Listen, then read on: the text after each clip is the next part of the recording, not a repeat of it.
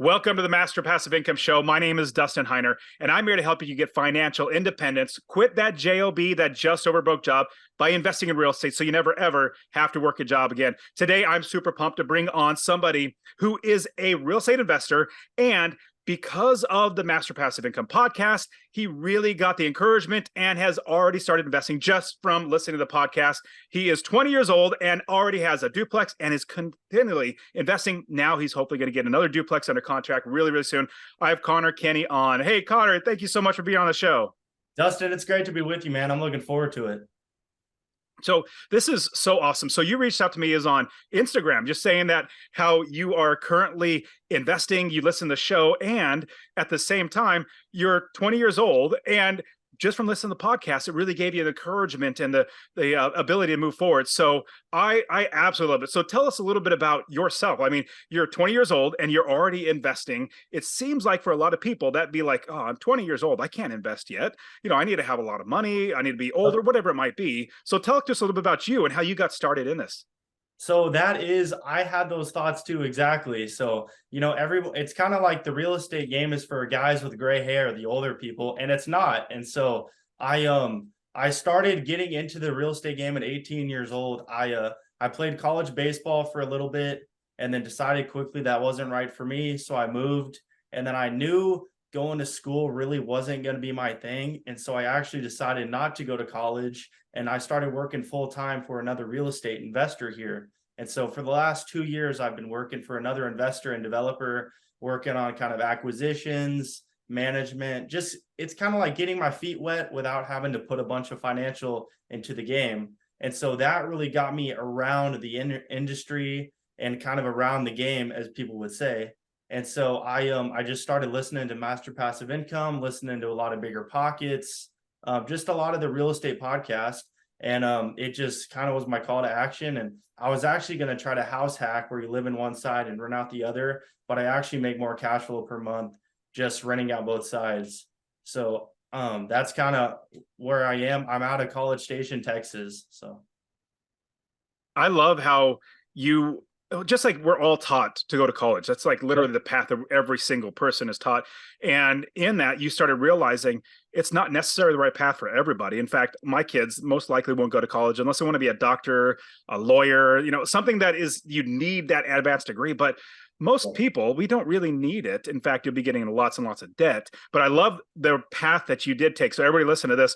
So Connor actively found somebody that's already investing, and he's working for that person or the organization or the group, but doing what it is that he wants to do in the future. That's why, like, college, you go learn a bunch of different things. It's not bad necessarily, but if you're going to be a mechanic, why would you go to college when you could go to trade school? Or if you're going to be an electrician, just go to a trade, like go learn exactly what it is that you're going to do if you know what that is. So I love how you got in there and you're learning and getting paid at the same time. If you're working for them. Now, a lot of people, like, I think your time is like, you shouldn't work for money. You should work for education, work for networking, work for experience. So talk to us a little bit about that, because it's not common for most people to stop going to college and then work for, something is not necessarily like a quote unquote career, but it's something that's getting you in the right direction. So talk to us about how you made that decision to move that direction. So I kind of knew all along, whenever I was in the college classroom, I was thinking to myself, man, like, these people are not where I want to be in life. Like, I want to learn from the people who have done what I want to do. And so, like, you're one of those guys for me, Dustin. There's a lot of other guys who I'm like, man, I would love to, learn from those guys because they're doing what I want to do. And so it goes back to just listening to the people who are doing what you want to do. And so I was like, what better to get into the real estate game than learning from somebody who's already in the business? And I can get my feet wet, learn, build good relationships, and then kind of get into the business that way. And I'm also not going into debt while doing it. I actually get paid a little bit, and it's not great. It's better now, but whenever I first started, I wasn't getting paid a ton. But it's more, as you said, about the education and experience rather than the pay. So that's kind of how I got into the game. On top of the education experience, also the networking too. Yep. Like the people that come around me that say, hey, I really just want to help you out in your business. They start becoming a part of my business, and I start sharing them with everybody else, like all these other big expert investors. I'm like, hey, have you seen this person? Like the networking on top of that. Oh my goodness. Like it's hard to get into those realms of influences of other people. But if you are able to go the route you're going. So anyways, I think I love it. I absolutely am super excited for you, Connor. Okay. Now talk to us about getting that first property, because that's always the most scary thing for every single person when they buy their first property. And you being 19 to 20 years old, getting into that first property, talk to us about getting that first property. Where was it? How did you buy it? Like financing wise, how much passive income did you make?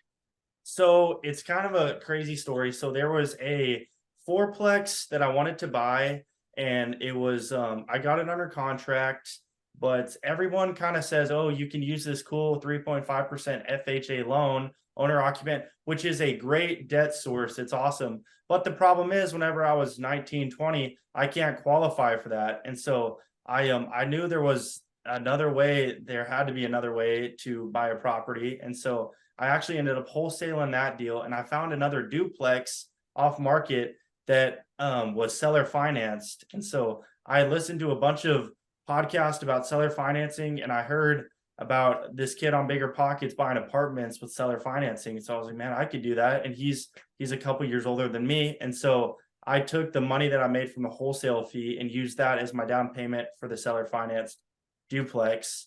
And what I've learned too, Dustin, and I want your listeners to understand this, is we're not in the real estate business, we're in the relationship business. And so all these relationships I had built were just kind of like, the duplex came from a relationship. I was telling everybody I knew, hey, I'm looking for a duplex, preferably seller finance. And some people, were like, whatever. And then I got a phone call one day, hey, I got a guy on my street who owns another duplex who wants to sell, potentially seller financing. And so it's all about relationships and networking, as you said. And so that led to the first deal. So it's a duplex, 2-bed, 1.5 bath. I bought it for $235. I put 20,000 down, and then I got it seller financed at 5% on a 30-year note with no balloon payment. And so I got pretty good. A big thing for me is you want to buy stuff with long-term cash flowing debt. And so I didn't want any balloon payment in there. 5% is great. I've got no balloon, and it cash flows about $450 day one. So that's awesome, Cotter. I mean, number one, seller financing. A lot of people, I think seller financing is like a myth, or it's like a unicorn. How do you give seller financing? Well, you just got to ask. I mean, you just got to, well, number one, ask for it. But then number two, you just got to be in the business doing deals, and these deals pop up, and these deals come up really well. And so if you know how to do it and structure it. And I love how you didn't say, well, let's do a balloon payment after 5 years, so I have to refinance or whatever. But it seems like you found somebody that's like, I'm just comfortable with having my income from the property not be a big payment where I have a lot of capital gains on it. Maybe they might have taxes on it, and it's spread out over many years, so there's a lot less taxes. A lot of benefits for sellers for seller financing as well. But I mean, in the end, you have a great cash flow property, making $450 a month in passive income at 20 years old. Wow. Okay, so with that, is it in the same area that you're living in? It's in Bryan. So Bryan College Station, they're like 20 minutes apart. So you can get from one side of the town to the other in 20 minutes. So they're like neck and neck. I mean, I live like 15 minutes from the property. I'm managing it myself, which I have found out, Dustin, I do not want to be a property manager. My goal is to buy enough units to where I do not have to property manage, because I don't want to. It's good for me now to get that experience, but down the road, I definitely don't want to be in the property management game. But yeah, it's totally right here. Texas A&M University is 5 minutes away. So, and it's always growing. And so I got students in both sides right now. And so it's going very well. It's in a location. It'll only appreciate. So I love it. So two things. Number one, if you are renting in a college town, definitely get the students' parents' signature on it. Make sure that they're accountable for that too. I'm sure you're doing that, which is great. Yeah, if they destroy the place or move out, you go to the parents. Hey, parents, you're on the hook for this. But then also, on top of that, you said getting enough properties in order to get a property manager. Well, you got to do that way before then. I think you know this. We don't buy the property unless we can afford the property manager in all the expenses. So yeah, don't think you have to wait until the very end. No, just as best you can, don't buy the property unless you can afford it from Yeah. the expenses. It's more too just about me getting the property management experience, because I want to make sure that I know kind of what lease stuff looks like, how to manage properly. That way, whenever I outsource it to other management, I can build systems and I kind of know, because it's easy to get ripped off when you're 20 years old. I feel like it's so I think I definitely can hire a property management company. I just want to make sure that I'm in there, getting that firsthand experience as well. So I did So run what's it like? I Go ran the ahead. numbers to make sure I could get a property management. So Perfect. Now, tell me what it's like being 20 years old and having college students roughly the same age as you, and you're rent, please. You go knock at the door. Okay, give me rent, please. Like you're the landlord, and they're yep. like, dude, you're like you might be younger than me. I would say honestly, the first time I had an inherited tenant and she's moved out now, and I told her I was the landlord, and it wasn't bad, but it was just kind of a little awkward. So I've actually learned to just say, hey, I'm the property manager. And so everybody thinks I'm the property manager. I go mow the lawn, whatever. And so it's a bit more normal whenever you're younger and a property manager, I guess you could say. So that's kind of how I've dealt with that situation. I just say I'm the property manager, and because everybody hates the landlord, but a lot of people are more, meaningful towards the property manager. So that's what I've That's learned. a that's a great point. Everybody listen, you definitely need to get that. Like when you get found out that you're the landlord, they literally start they a lot of things, weird things happen. Like they start getting indignant towards you, like they get upset, or they start looking at like, oh, now I can get a lot of things out of life. It's just I Yep. love as much separation as possible. So if you can say, because you are the property manager, it doesn't matter that you're the landlord too, but you are the property Yeah. manager, which is great. Okay, so Connor, you already have a duplex that's cash flowing nicely, which is tremendous. Now you are continually investing. So you have hopefully going to get a property, another duplex under contract. Talk to us about that one as well. So this one is another seller financed duplex. So I really like the seller finance because in this market, people are still wanting, especially in the Texas market, higher prices for their property. But what I've learned with seller financing is price is one thing, the terms are everything. And so what I've learned is that if a seller is stuck on price, or they want, man, this crazy number, and you're going, well, if it's at 8% interest rate, you can't make it work. But this is the cool thing about seller financing is everything is negotiable. And so I'm able to pay, more so of what they want for price. And if that's their only hill they're going to die on, then I can give them their price. They just have to give me my terms, and I can still make it work in cash flow each month. And so that's kind of what I'm doing with this other duplex. I'm giving them a little bit more than I would like to pay for the property, but I'm going to get really good terms, and it's going to cash flow great day one. And I know it's on a long-term fixed rate debt contract. And so I'll be fine. And it's in an even That better area than the other duplex. And so it's going to appreciate, always buying a good location. And so it'll be fine. man, that's so cool. Yes. And with that, yeah, I love how you are continually doing something that you already know. Now, a lot of people listening will be like, oh man, seller financing. How do I deal with the contracts with the seller financing? How do I make sure that I'm not getting ripped off? How do I make sure this, that, and the other? So talk me through your process of working with a seller, getting Yep. them, and you definitely know understand this, getting them what they want, because this one seller wants a higher price, but hey, the higher price, well, I have to have the terms this way. If it's a lower price, terms might be different. So talk to us about working with the seller. And then once you get that piece of paper, because the hard part, people are thinking like, do I get a lawyer involved? Or do I have to all these questions, like they're so concerned, which it's not that hard, but walk us through that process.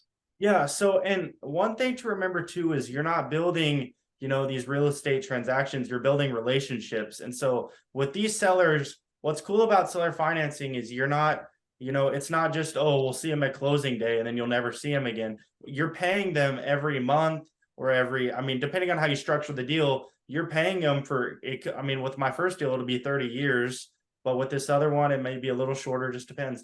But you want to build a good relationship because you don't want to have a seller feel like they got ripped off and you're paying them every month. That's not really the best way. And so always build these great relationships, and then that can lead you to other opportunities as well. So I that totally agree. Yeah, having the it's and you know this too, and you're saying it. I say it a little differently, or in the way I say it is, real estate's not about a property; it's about people, and it's Yep. about the relationships that you build with people. So, with the seller financing, let's say you started negotiating with the seller, and Yep. you get the right price, you get the right terms that both you can benefit you and your business, and the seller is happy with that, and then you move forward. You get a piece of paper, hopefully a contract. Like once you get it agreed upon, then you sign the contract, or you develop a contract, sign it. Then what do you do? So I've got a real estate attorney that I work with, and he draws up. So we come to an agreement. I normally do it over like I'm kind of old school. I do like a coffee meeting, or for instance, my last seller loved McDonald's, so we met at McDonald's like 4 times to get the deal done. So, and again, everybody's human. So sellers and buyers are all human. So I try to make it pretty personable, but just get everything agreed upon. Make sure everybody's on the same page. Get stuff signed, and then go take it to your attorney, real estate attorney. If you don't have one, other investors in the area will know one, and make sure have him look through all the legal stuff. Just make sure that you're protected, because the worst thing you want is to be, psyched up on your first deal and then get to closing or get past closing and say, oh my gosh, what? I didn't see this clause in there or this or that. Just make sure you have an attorney look up everything, draw up everything, go over everything to make sure you're protected, seller's protected, and each party knows what's agreed upon and the payment each month and stuff like that. I would I also agree. And that really quickly, that even though it might be thinking, you might be thinking, or somebody would think, oh, it's expensive to work with attorneys. Considerably for what it could, the problems, like if you got a lawsuit or something, that's way more expensive than yeah, getting an attorney. And the ones that do this, I mean, they usually have forms that they've already used. They already know what to look for. It's not going to be nearly as expensive, but it's going to be very expensive if you get in a lawsuit because something like the seller is like, oh, I didn't know this was happening and I'm going to sue you. No, it could be in, I love what you said, like the seller and you and the attorney, like we're all open and everybody sees what's going on. Like there's nothing hidden. We're protecting everybody. So love it. So that fee for the attorney, well worth it. Okay. So from there, what else do we do? and I would also say too, get a loan servicing company. It's like mine's like $35 a month. Yes, it eats a hair of your cash flow, but it's great for both parties. That way you're not having to track down payments. It puts everything in escrow, and mine's direct deposited from my account, and so it just goes straight to them. It just cuts out all the nonsense of fighting each other for payments. It makes everything as smooth as possible. And track Especially, record too. yeah, it keeps tracks for taxes. It's a little bit more money than you want to spend out of cash flow, but it's definitely worth it in the long run. That way you're not having to, account for everything, each payment, when payments are done, and etc. And so I would encourage to always get your loan serviced by a servicing company. Great point. Okay. We got the contract, get the attorney look at it, the seller and you, everything agrees. Then what do you do? Yep. Then just depends on when your closing date is. It depends on how much down payment. Like for instance, my other duplex, I had 20 grand down. So I just picked up a cashier's check for 20 grand, dropped it off at closing. Went and at closing too, it's kind of funny because like I feel like they always want to keep, buyers and sellers separate, but closing was super fun. I took a picture with the seller of the property. We shook hands, had lunch. It was so just remember, everybody is human. Like I feel like this real estate stuff is like super business, professional, and it can be, but also everybody's human and it's got to be fun. And so that was super fun. Like we chatted it up, but everything went smooth for closing. He got his payment. I got all my closing docs, my settlement statement, HUDs, everything like that. And then you're good to go. It's kind of funny because it's like all this excitement builds up to closing, and then you close on the property and you're like, oh, I like nothing changes, but it's like, I guess I own the property now. So it's kind of funny. Like there's all this excitement going up towards it, and it is exciting, but it's like, oh, it's just a property. Like it's one step towards a good future, but it's just funny. Like the anticipation is always the best part of it. Oh, totally. Totally. And I love that. I literally have never gone to a signing document signing for buying a property, because usually my properties are way out of state. I Oh, just sign it through a notary and stuff. But I yep. could see how, especially the connection and the network that you've been building and working with the seller. I mean, that's like a relationship that you built, Yeah. and hopefully, you did it right, where both parties feel like they're winning. You and the seller feel Yep. like they're winning. That's the best way to go. In fact, that's why I created the Real Estate Wealth Builders Conference, was because all my students, they know each other inside the student community. We all help each other out, and so I wanted that to be beyond just my community. Wanted the Real Estate Wealth Builders Conference so that we can bring more investors together. That if we help each other out, it doesn't have to be a win-lose, like I win and you lose. It shouldn't be like that. It should be where we both win or multiple people win. So I absolutely love that. That's the route that you're going now. Yep. Did you want to share something? No, I'm just gonna say it's always got to be, a win for everybody. Find what the people want, and this guy was more stuck on price, and so I gave him his price, but I got my terms, and so there's always, as I said earlier, with seller financing, everything is negotiable, and so the downside of that is if you're really bad at negotiating, it can be bad, but the upside is you can also have some cool negotiations and get stuff that you can't normally get through conventional bank financing. And also, I would say too, whenever you're getting your first deal done is always better than perfect. A lot of people get stuck up on, oh, it's not the right time, man, this deal isn't going to be a home run and whatnot. And I'm not going to say, go buy a bad deal, but I am saying, hit a single, hit a double, get into the game, because when you're into the game, then it starts, you get better relationships. You get momentum. That's what I realized with buying the first deal, is now I've got momentum to go buy the second, the third, the fourth deal. And so I would say, go get your feet wet. Don't buy a bad deal, but it doesn't have to be a home run. It doesn't have to be, the big apartment complex that you're working towards. It could be a single family house, a duplex, but just get into the game is super important, because there's never going to be just like the perfect time to get started. There's always going to be something that may be a little bit off. And as I said, do your due diligence. Don't buy a bad deal, but get on base, get in the game a little bit. Done is so much better than perfect. Like, Yep. perfect will never come, like literally will never come, but you'll find that these things that get to be done, eventually you look back like, wow, that was a home run. I didn't realize at the time, because you might not know it, or the market shifts or whatever it might be, but having it done is the best thing. And so what I love is, actually, it's the proverb, when was the best time to plant a tree? Well, it was 20 years ago. The next best time is today. So the best time ever to invest is literally today, because you can't go back and change the past. So I love that perspective. Now, you said something before we got on the call, or before we started recording. You said something about little wins helping to make big wins or Yes. big gains. Talk to me about that. And what was that thing that you said it in a certain way that was really, really cool?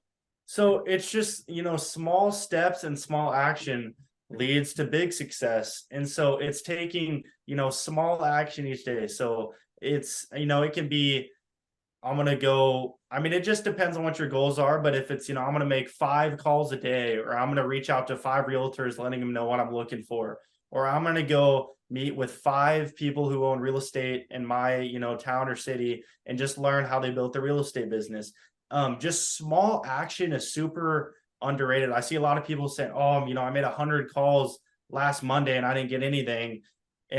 But if you take, chop it up and just be consistent, something's bound to hit. It's cool how God works, because it's like, if you take action and you just have passion for what you're doing, I've noticed this, God just creates cool opportunities for people who are out there working hard and hustling. And what's even cooler is being younger in the game. A lot of these bigger successful investors recognize that I'm hustling, I'm getting into the game a little bit. And so they refer you to other people too. And so that's been super cool, is, building good reputation and building good rapport with these sellers, is then they tell their friends, hey, I'm seller finance into this other kid. He's trustworthy, and it can lead to other deals. And so that's what the seller of my first duplex, when he owns 2 other properties, and he was like, hey, I like you a lot. Let's plan on you doing the other 2 seller financed as well. And so it's just building cool relationships, and that just leads to a whole new level of success.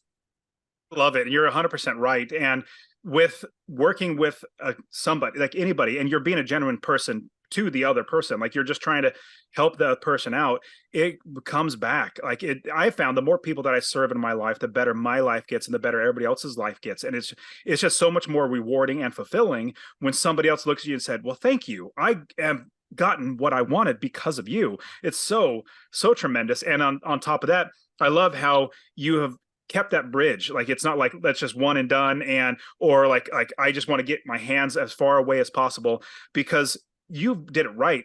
Now when I hear anybody younger, like Connor, you said, I'm younger, I invest. I'm like, you're 20 years old and you're investing. Like, I want to help you out. Like, it's because, when you get other, like when they're 35, 40 years old, older, it's like, great. Now you realize that this is, you can do it. You have a little bit more behind you, meaning a little bit of money behind you. You maybe have good credit. But when you're 20 years old, it feels like the world's stacked against you. It's like, oh man, the world's out to get me. But you push through that. So I love that. Now, do you have any tips or suggestions to anybody? Could be, some of young investing or just anybody that's investing in general. Any tips or advice as you've gone through this so far now, and hopefully you're going to get your more and more and scale the business. Any advice for them? I would say the biggest thing is understanding that people who own real estate know other people who own real estate. It's the same with, NBA players hang out with other NBA players, MLB players hang out with other MLB players. It's all a small world. And so I used to like cold call people. I used to have, hey, I want to buy your property and blah, blah, blah. And yes, that can work for a little bit, but I've kind of changed my strategy to just saying, hey, I see you own this. I want to own an asset like that. Can we meet for coffee? I'd love to hear more about your real estate business. And it kind of lets my guard down and their guard down, and they kind of open up to say, hey, I bought it this way. I did this, I did that. And that's really led to more doors for me, because it's just, again, it's building those relationships. And as I said, once you build cool relationships, they tell other people, other people reach out to you, maybe want to sell something. So it's all about the relationship business. I 100% agree. That's exactly with like master passive income. I mean, I've been doing this for, I don't know, 6 years now, something like that, teaching and coaching. And now so many people know me as a real estate investor that opportunities just literally just open up. It's absolutely amazing. Now, Connor, I love what you're doing. I'm super pumped. I'm encourage you to keep moving forward. Now, you found me on Instagram. If you want to share your Instagram, you absolutely can, but people will definitely probably say, oh, I want to talk to Connor and have him teach me how to invest. But is there any, like, would you want to give out your information to anybody? I'm just throwing it out there if you want to give everything your Instagram. Oh, man, I'd be happy to hop on a call with anybody. DM me on Instagram. It's at the Connor Kinney, ConnerKinney. And then just feel free to DM me, email me, connorkinney3@gmail.com. I'd be happy to show anybody. I'm always happy to help, man. So I love the show, love what you're doing, Dustin. I'm always happy to help. Thanks, Connor. I appreciate it, man. And I know you're going to get plenty of people that are going to reach out to you, especially if they're in the area. Like, oh, I'm in the same area. I would like to know some more people. And you're right. And what's great about this, and you've extended that out, that it's about the relationships. And so the more relationships we have, the better everybody's lives get. So love it, Connor. Hey, Connor, thank you so much for being on the show. Definitely keep me informed on the things you're doing. I love hearing how you're doing. And I hope everything keeps working out well for you, man. So thank you so much for being on the show. Dustin, it's been a blast. Thanks so much for having me. I really appreciate it.